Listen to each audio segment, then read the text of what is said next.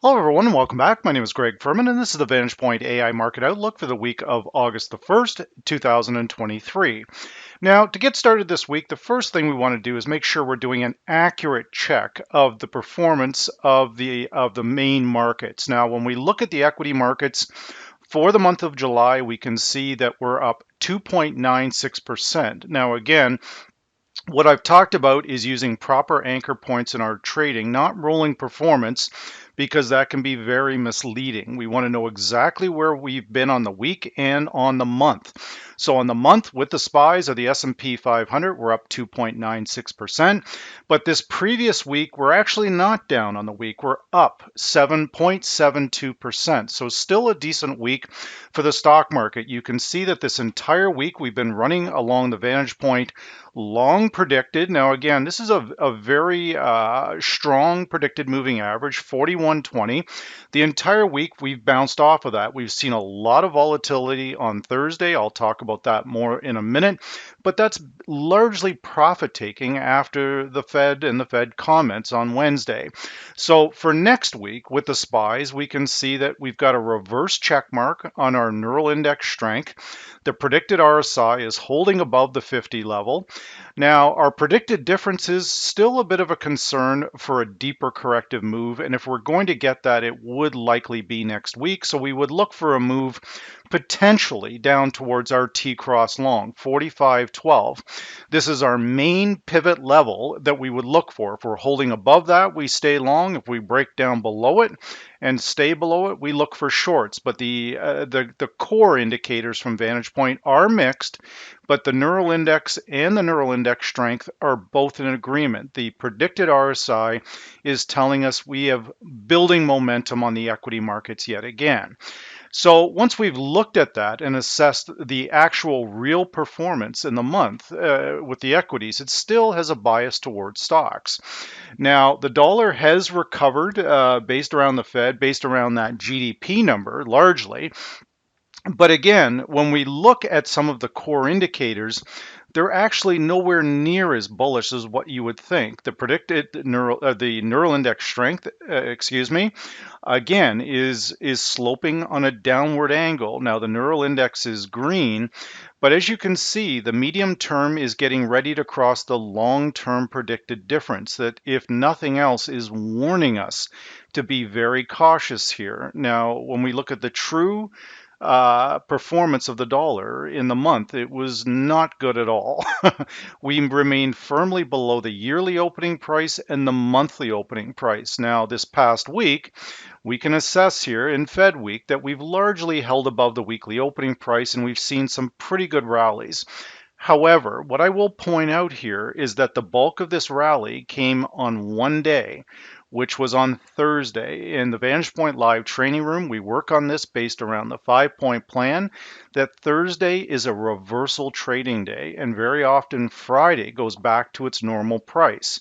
So we have to allow for this. Plus the market trying to digest what the Fed is going to do here. And again, the Fed still remains using lagging indicators to make his decisions, but it would appear that his hikes are going to be very limited, if any more this year. We'll see.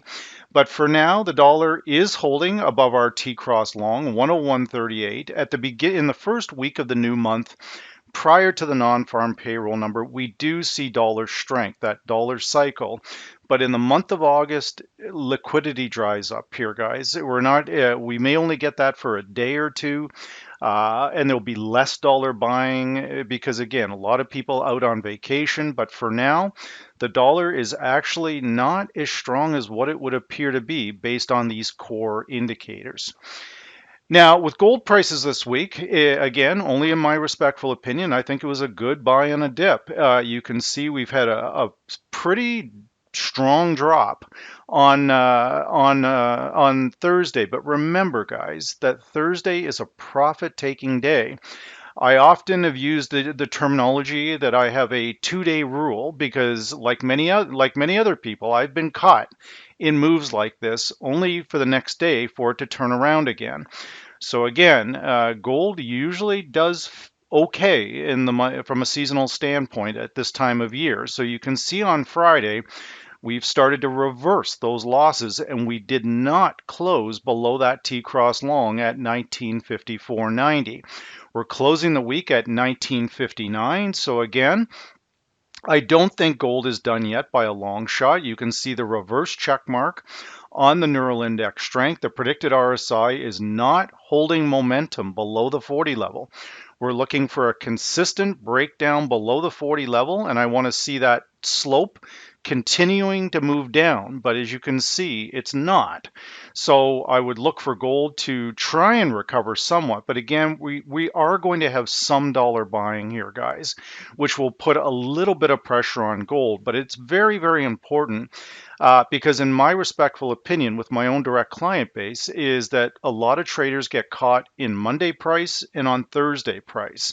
And Thursday is the new Friday, guys. 10 years ago, these moves would happen every Friday morning.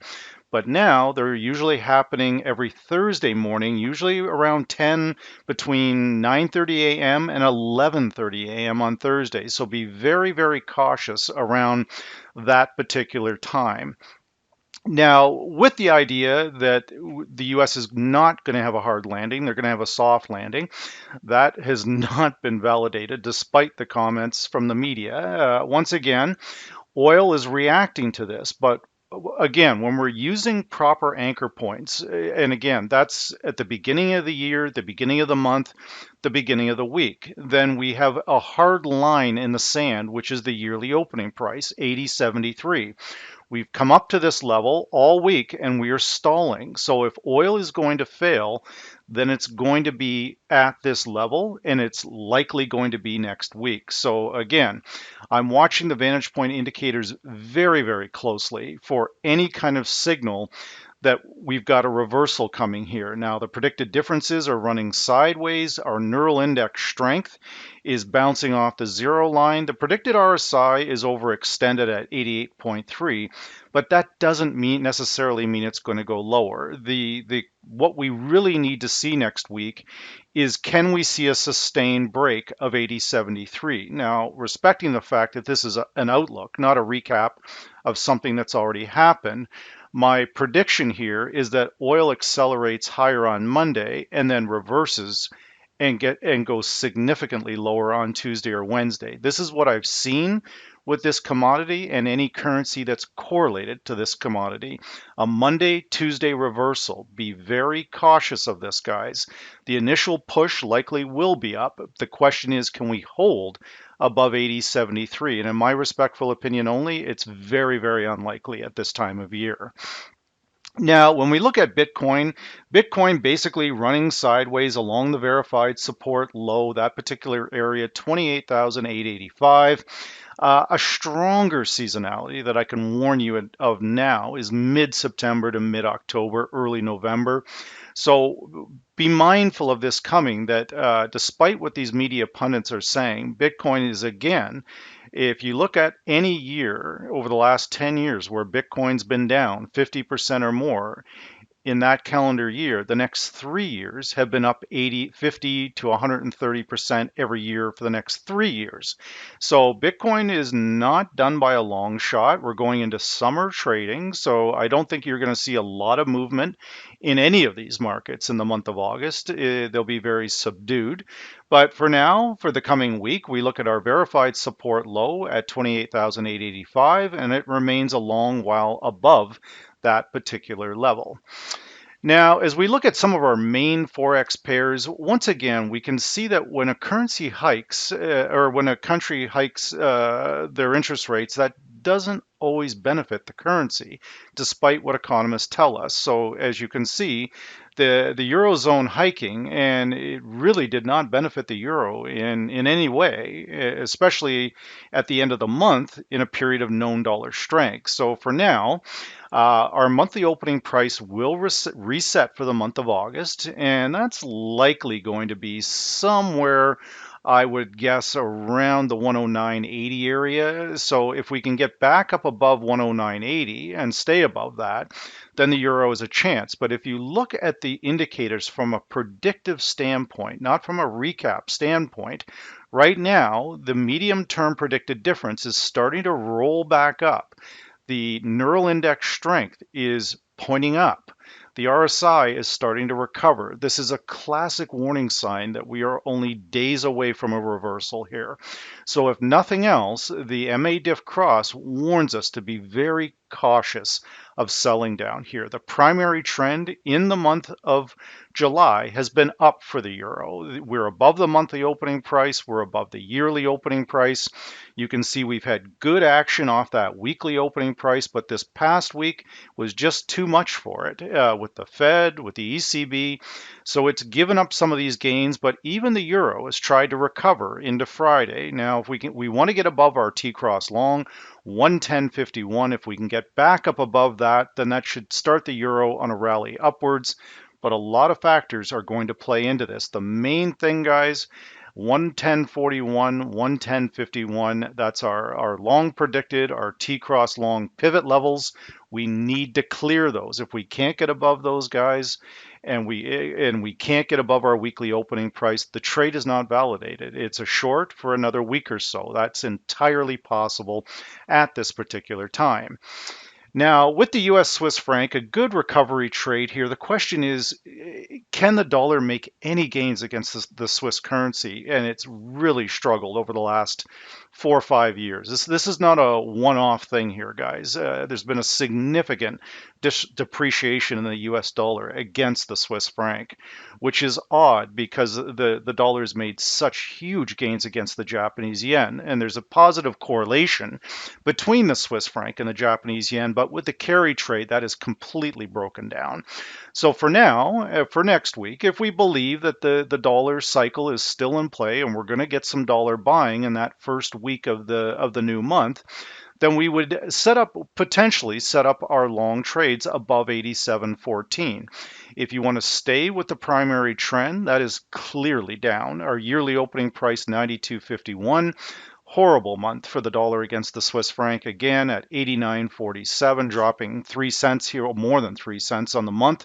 I think we hit a low of, correct me if I'm wrong, yes, 85. So almost 4 cents here.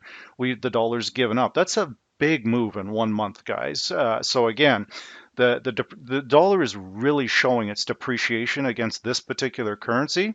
But if we get some dollar buying, if we can get above our T-cross long at 87.14, and the indicators are suggesting that that's possible. The neural index strength is concerning because of that slope, but our predicted short, medium, and long-term differences are turning bullish here, which is consistent with dollar buying at the beginning of the month. So again, we just need to get moving on this, but also we don't want to labor under the misapprehension that this is a new uptrend that has not been validated at this particular time. Now, the British pound, again, having a pretty decent week against the dollar. Not great, but better. It held its ground. But a lot of this is coming from Euro Great Britain, guys. They're selling the euro against the British pound, and that indirectly benefits the British pound, at least for this past week. So going forward into next week, we have a clear MA diff cross on the short term crossing the medium term, or the medium term crossing the long term predicted difference, but our neural index is not turned up. The neural index strength, however, is pointing up, suggesting that okay, further euro weakness, but the pound should hold its ground. So again, 120.97, the yearly opening price, and is still in an uptrend here, but the overall top end of that range now is at 131.43. The immediate low is the 126.86 area, but I don't think the yearly opening price is at risk of being tested in the month of August. But in September, that could be a different story. But for now, there is a soft buy signal on the British pound at the current time. Now, as we look at the dollar yen, once again, the dollar really trying to regain its composure against the yen. Even with the carry trade, it's still not a lot of buyers up here. So our immediate verified resistance high is coming in at 141.96. We would need to clear that if the dollar is going to make further gains against the yen. But the month of August is really, again, a dead month. The neural index strength here is saying that a break of the T-cross long is imminent at the 140.83 area, but the MA diff cross, the neural index strength is pointing up, but the MA diff cross is down. So we have a very mixed bag here. In a situation like this, again, with this being an outlook, not a recap of something that's already taken place, we have to assess which one do we go with here. In my respectful opinion, we wait and get a close 2 days in a row above the T-cross long, and I want a break of that verified resistance high at 141.96 before I will consider buying up here, because again, this is a very mixed bag, and August is a very choppy month for the yen. Now, when we look at some of our main equity-based currencies slash commodity-based currencies, very few buyers, or excuse me, sellers of the U.S.-Canadian pair, and with good reason. While the GDP out of the U.S. was strong, it certainly was not. There was nothing in that GDP report out of Canada that suggested rate hikes make sense. At 0.3 GDP growth, why are you hiking rates? So I think the market is now looking at this and assessing or confirming that the Bank of Canada doesn't know what they're doing here. They're just throwing rate hikes out there, throwing stuff against the wall to see if it sticks. So again, when we look at this right now, the US Canada is basically right back to its monthly opening price. Pretty much dead neutral on the month, whether you bought it or sold it at the beginning of July. And again, that's why it's so important to use proper anchor points, not rolling performance. We don't want to be looking at 365 random days back, 5 random days back in the middle of the month, gauging performance from a 30 days in the middle of the month. We need anchor points, guys, so we can gauge this to see what the real performance is. And I've been a strong advocate against the Canadian dollar, actually, because of some of the things that are going on, because I'm domiciled in Canada. So when we look at this right now for next week, this is showing Canadian dollar weakness, is what this is showing. We've got momentum building here, but again, guys, just a little side note, be very cautious with this pair.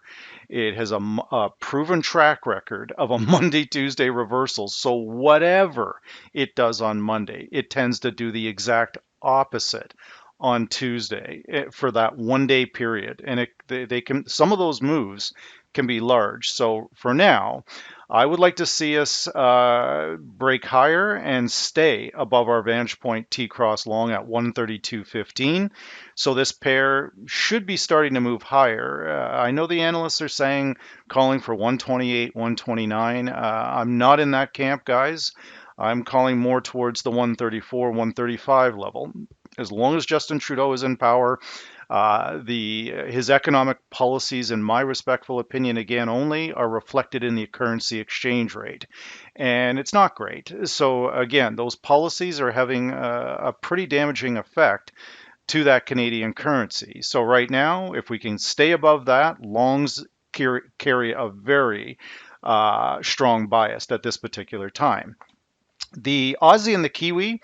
The Aussie, again, as I had talked about in last week's weekly outlook, continues its decline. This is another warning sign of very high correlation between the Aussie and the Canadian and the New Zealand currencies. One goes down, pretty much all three go down. So again, they're more equity-based currencies. This is also potentially another warning sign that stocks are getting ready to move lower here, and the market is misreading what the Fed is saying yet again, or the media is. But for now, the Aussie is moving and is turned negative, not just on the year, but now also on the month. But we have additional heavy verified support low, 65.99.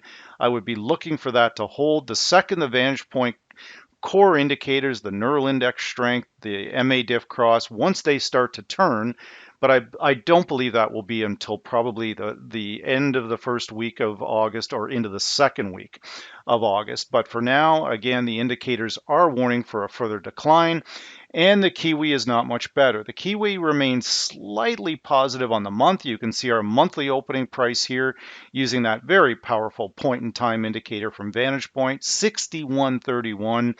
So the New Zealand carries a slight advantage over the Aussie here. So another way we can play that is by going to this pair, which is the Aussie New Zealand, which I've really warmed up to.